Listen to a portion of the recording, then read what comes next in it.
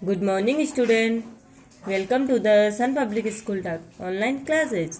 आज हम class first Hindi grammar का चैप्टर 2 का पेज नंबर 8 और 9 पेज नंबर रीड करेंगे। तो चिल्ड्रन आज आपको चैप्टर 2 का पेज नंबर 8 और 9 रीड करना है। वर्ण लेटर, सार्थक ध्वनि के सबसे छोटे खंड को वर्ण कहते हैं। यानी वर्ण किसे कहते हैं? जो सार्थक ध्वनि के सबसे छोटे खंड होते हैं उन्हें हम वर्ण कहते हैं। अध्यापिका द्वारा बच्चों को बाहर चलने के लिए कहना। सब बच्चे प्रार्थना के लिए बाहर मैदान में चलो। तो अध्यापिका द्वारा बच्चों को बाहर चलने के लिए कहा गया है, यानी कहना।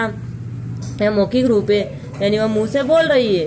यह भाषा का रूप मौखिक है। भाषा को व्यक्त करने का माध्यम ध्वनि है। ध्वनि सार्थक है अर्थात वह अर्थ को स्पष्ट कर रही है, यानी वह अपने अर्थ को स्पष्ट कर रही है।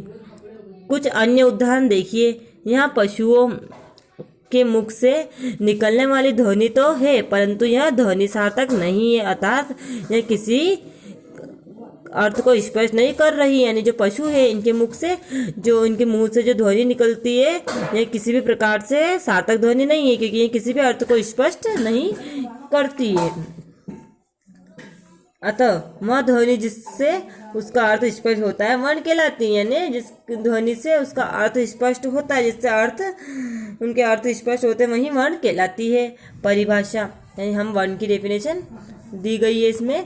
परिभाषा, वह मूल ध्वनि जिसके और टुकड़े न किए जा सके वर्ण कहलाती है। यानी वर्ण किसे कहते हैं? जिसके और ध्वनि उस मूल वह ध्वनि जिसके और टुकड़े नहीं किए जा सकते वर्ण कहलाती है। वर्ण का निर्माण ध्वनि के अनुसार होता है। चित्रों के नीचे दिए गए शब्दों को देखिए। किताब, कलम, खरगोश, ये सभी शब्द ध्वनियों से बने हैं। जैसे किताब क प्लस ई प्लस त प्लस आ प्लस ब प्लस अ, कलम क प्लस अ प्लस ल प्लस अ प्लस म प्लस अ, खरगोश ख प्लस अ प्लस र प्लस अ प्लस ग प्लस ओ प्लस श प्लस अ, ये सभी वर्ण है। ये सभी ध्वनियाँ सार्थक है जिनके वो टुकड़े नहीं किए जा सकते हैं। लिपि, बोलते समय हमारे मुख से ध्वनियाँ निकलती है, इसे भाषा का मौखिक रूप कहा जाता है। यानी भाषा का मौखिक रूप किसे कहा जाता है? हम जब बोलते हैं और हमारे मुख से जो ध्वनि निकलती है उन्हें मौखिक रूप कहते हैं। इसे लिखने के लिए संकेत चिन्ह होते हैं।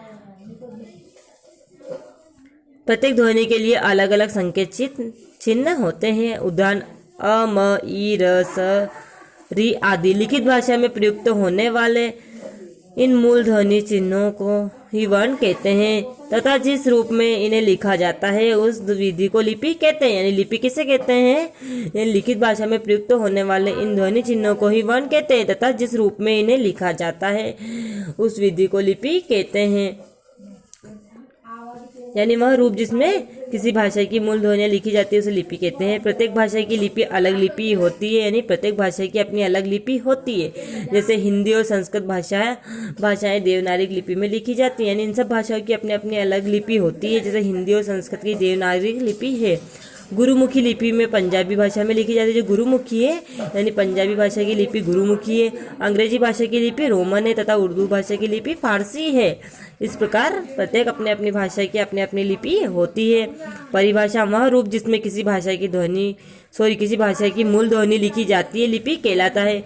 वर्णमाला, अल्फाबेट, प्रत्येक लिपि में वर्णों को एक निश्चित क्रमबद्ध रूप में लिखा जाता है।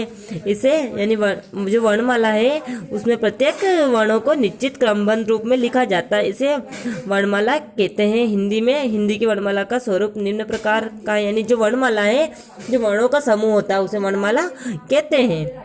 उन्हें जैसे इस क्रमबद्ध में लिखा जाता है। अ, आ, ई, उ, री, ए, ऐ, ओ, औ, ऐ, अ, क, ख, ग, घ, ङ, च, छ, ज, झ, ण, ट, ठ, ड, ण, ण, त, थ, द, ध, न, प, फ, ब, भ, म, य, र, ल, व, श, स, ह, ड, ण।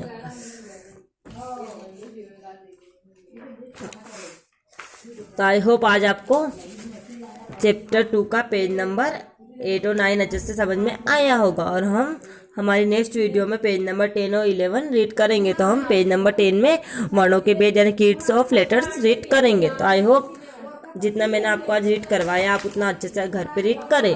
ओके।